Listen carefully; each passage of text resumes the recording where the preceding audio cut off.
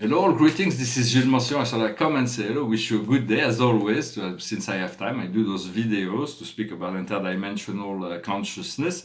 Every night when we sleep, we are getting chakra upgrade and alignment. Each of the chakras are being attuned. Sometimes we wake up with lighter energy or heavier energy, but there is the whole upgrade of our whole energetic system that is happening while we sleep.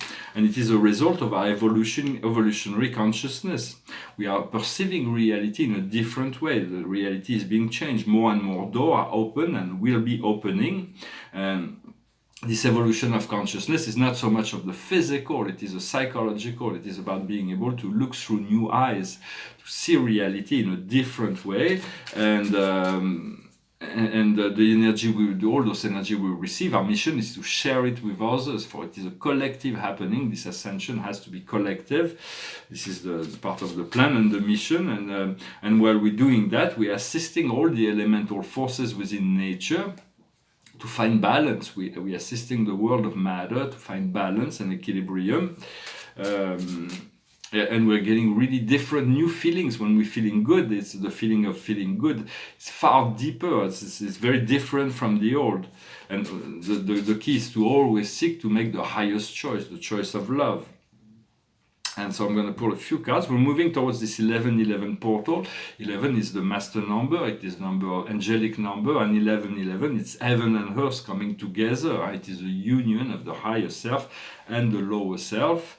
And every day, every morning, every night at 11:11, we can open that portal and communicate. There are archangels that stand right on the gate to receive us every morning and every night. There is great spirits that are holding this portal, that are standing there. I'll pull a few cards just to see with the angel. So the past, present, and future. The past is hope. The present is equilibrium. And the future is accomplishment. So we're moving towards that. What we're working on right now is healing. And the outcome is potentiality. There is so much potential that will be unfolding that we can't even see. We may be aware of some aspect, but more will come. I also wanted to say that there is only one of me and there's only one of you, for we are universal being, and everything and everyone is an extension of our higher self. I also wanted to say that God knows no illusion, He knows only love. There is no illusion, no shadow within God. God does not know shadows. He is aware of all the aspects of life through all our illusions, but He wants us to move back to this unity consciousness, this love frequency. And it's not God is not like a shadow that follows us everywhere to judge and condemn us. It is the law of karma is not a punishment. It is just energies that are requiring balancing. And so God is the essence. It is the source. It is what can free us from shadow. For we are longing for freedom, but we'll only experience true freedom when we'll be able to roam the universe. Until we are confined within a physical body, we haven't find this total freedom of our mind and ability to move. So it is all these works that we're doing may be difficult, but the outcome of that will be able to move into universal level of reality that will make up for all the difficulties. So there is all the work we're doing has great meaning, because it will lead us to great freedom at the end. All is already vibrating on the frequency of God. So why not you? Why don't we? Our heart needs to vibrate with the heart of God. It's already one. So why not allowing that to become more aware of it? To become more aware of it and to align, to tune in to that frequency. And then we're going to be moving into the 12-12 portal, and then the 21-12 portal, the great solstice, is going to be very, very powerful. For this year, there is Saturn and Pluto that are conjuncting. The Sun will conjunct Pluto and Saturn on the solstice, and then it's going to move after that to Aquarius. But it will be a time of great revelation, of higher truths that will be revealed. All the stones will be turned. Everything that is not seen will be seen. The inner reality will be turned inside out. And so it's coming more and more. there is those who will work with that frequency of love and wisdom of the divine source, and those who will not, and those who will get it, and those who will not get it, and they may miss it because they refuse. For God is open to all and loves all, but if somebody refuses that connection, that opening, God will not force himself, herself. We want to be careful not to be slave of technology. Technology are used right now to project catastrophic fear and panic mode, and so it's like, be careful of that. Use technology, but have a certain distance in relationship to it. Do not be dependent. We're dependent on it, but to have a certain understanding in creating this light frequency between you and the machines. We're seeking to reach this critical mass for spontaneous evolution, and that's really what's going to be happening.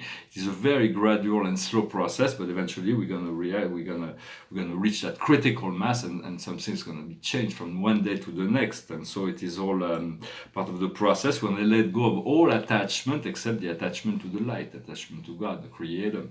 Well, I hope this message was interesting for you. I wanted to come and say hello. The painting behind me, this is a painting on paper. It's a symbolic painting. It says one love, then it says I am. It's a reminder of what is essential.